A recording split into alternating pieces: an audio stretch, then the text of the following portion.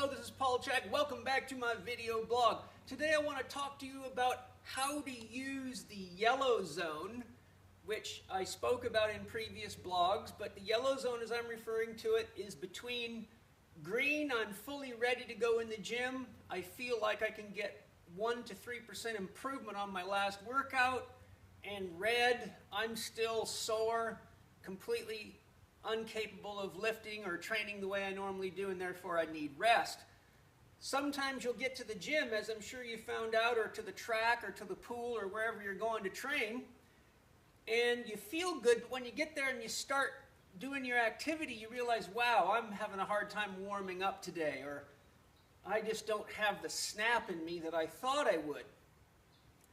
Those are your yellow days. Those are the days where we want to take advantage of pumping and movement so that we can harmonize our breathing, calm our mind, and by harmonizing the breathing with the movement, we support peristalsis, which helps move foodstuffs through the body more efficiently. The pumping aids metabolism, which helps detoxification. When you're using light loads, you're actually putting stress through connective tissues. That causes what's called streaming potentials or piezoelectric currents, which can be picked up by the body and used as available energy. And by keeping yourself in that pumping zone and not pushing yourself too hard, you actually have a very similar effect to working in, where you leave with an abundance of energy. It's not going to be quite as anabolic as working in is, because with working in, we keep very careful limits on breathing rate, heart rate, keeping the tongue moist, and being able to do it on a full stomach. So here we're stepping up. We may get faster breathing, but we don't want it to go faster than we can cycle, and we may have an elevated heart rate. So we're just above that work in intensity, and by practicing the movements that you're doing, which are relevant to your training or your sport, you get good neural programming. Sometimes we get niggles and sorenesses, tendons and aches. So without realizing it, or sometimes with realizing it, we might have to move an unusual way or turn a muscle on slightly different just to avoid the pain, to get ourselves through the training, which is the development of a compensatory movement pattern. That happens too often. It rewires the nervous system, because nothing's more powerful for reprogramming the central nervous system than pain itself. In other words, as a therapist, I can't outperform pain. You can do more damage in one training session than I might be able to fix in 3 or 4 therapy sessions due to the programming influence of pain. So when we're in this pumping zone, we can actually work through with optimal technique and optimal awareness, and many of the things that would have been uncomfortable with a workout do not hurt anymore. So we're going back down to the very basics and doing good reprogramming and good harmonizing of our biological oscillators, the brain, the heart, and the gut. Now, when you're doing these yellow zone exercises, you need to use a weight that's light enough that you can get 30 reps, and ideally you should use 30 rep sets.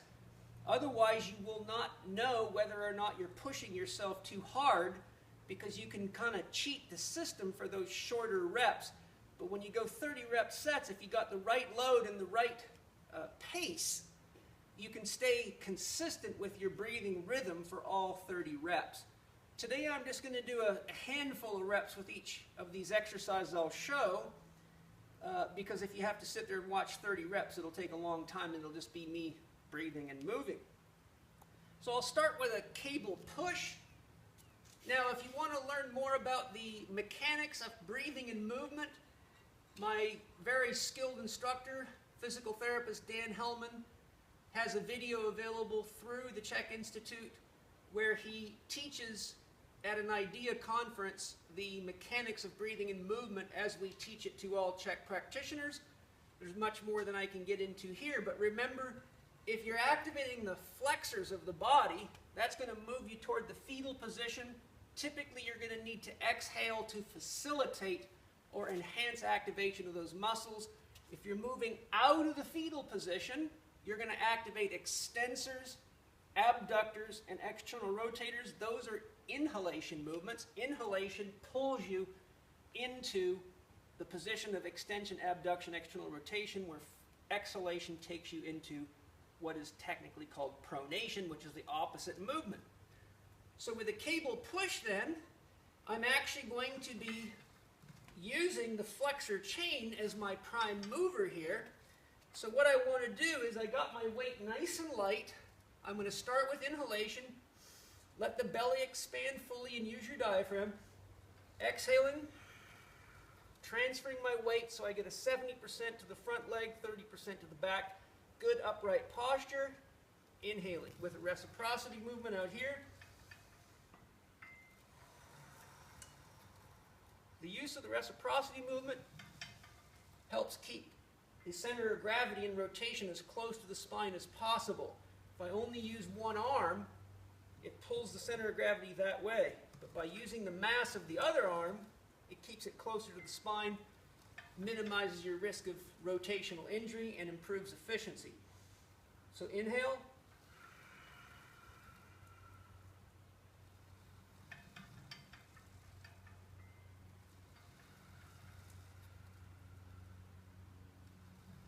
Inhaling, let that belly big.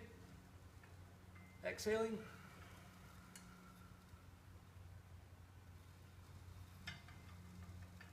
So it's really like a moving meditation, which I like. Then we'll just do the opposite. Now we're going to be the prime movers of the extensors. So now we need to inhale. Weight shift back onto the back leg 70%. Exhaling. Natural pause. Inhaling.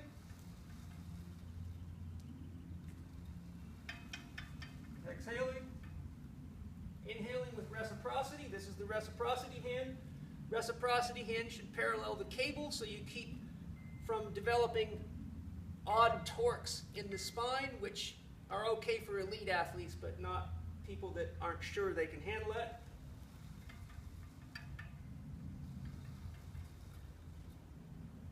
Let that belly big.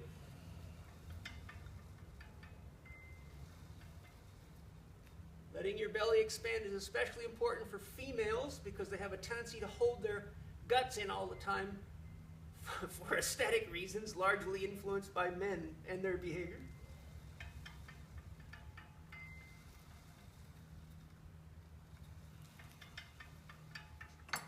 So you can see these are nice, gentle, pumping movements. The load is low enough that I don't have to start breathing faster as the reps count up. That's the key thing. If you cannot make 30 reps, you got too heavy of a load or you're moving it too quickly. With a kettlebell, we'll just do a standard kettlebell swing. Inhalation is going to be coupled with extension. So we're going to inhale, pause, exhale.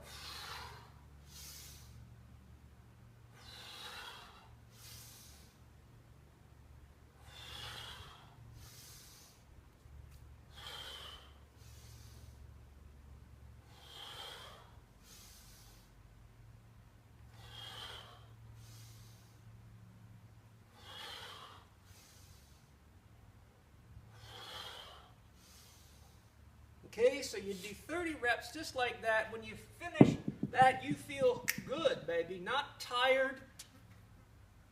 You shouldn't even feel like you haven't done anything. You'll feel you've done something. There's energy coming out of you. You're breathing. Your head's getting clear. Your metabolism's working better. You're detoxing. And you know that you are recovering scientifically, not just wasting time. And, you know, in other words, don't get trapped by the no pain, no gain attitude. It makes me a lot of money. One last example of how we can use this in a different way is a club bell. You can use this technique with anything as long as you get the loading right and you can breathe with it.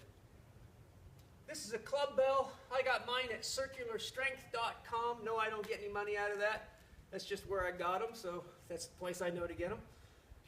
What we're going to do here is we're going to couple breathing and rotational movement. So inhaling, exhaling.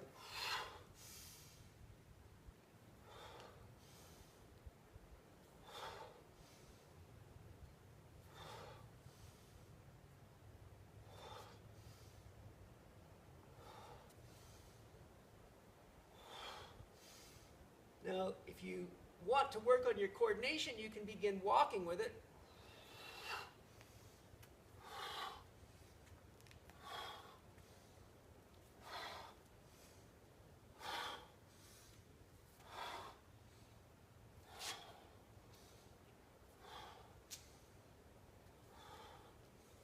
Now you'll find when you start walking, the urge is to make the club bell speed up to match your natural walking pace, which could escalate your breathing a little bit. As long as you can do 30 reps, keep it rhythmically timed and not feel like you're bringing your heart rate up or working out, it's okay. You'll find that a lot of movements with club bells and even kettlebells and other apparatus, they're more complicated than you can simply break down into like a push-pull, exhalation, inhalation cycle. Now, another example of that would be if you're going to walk with it, you can stop trying to count the reps with inhalation, exhalation, and let your body find its own rhythm cycle. So that's what this would be right here. So I'm just going to start walking, and I might do 1, 2, inhalation, 1, 2, exhalation. So in other words, it's the number of cycles that's natural for the inhalation and natural for the exhalation that you just let your body find that rhythm. So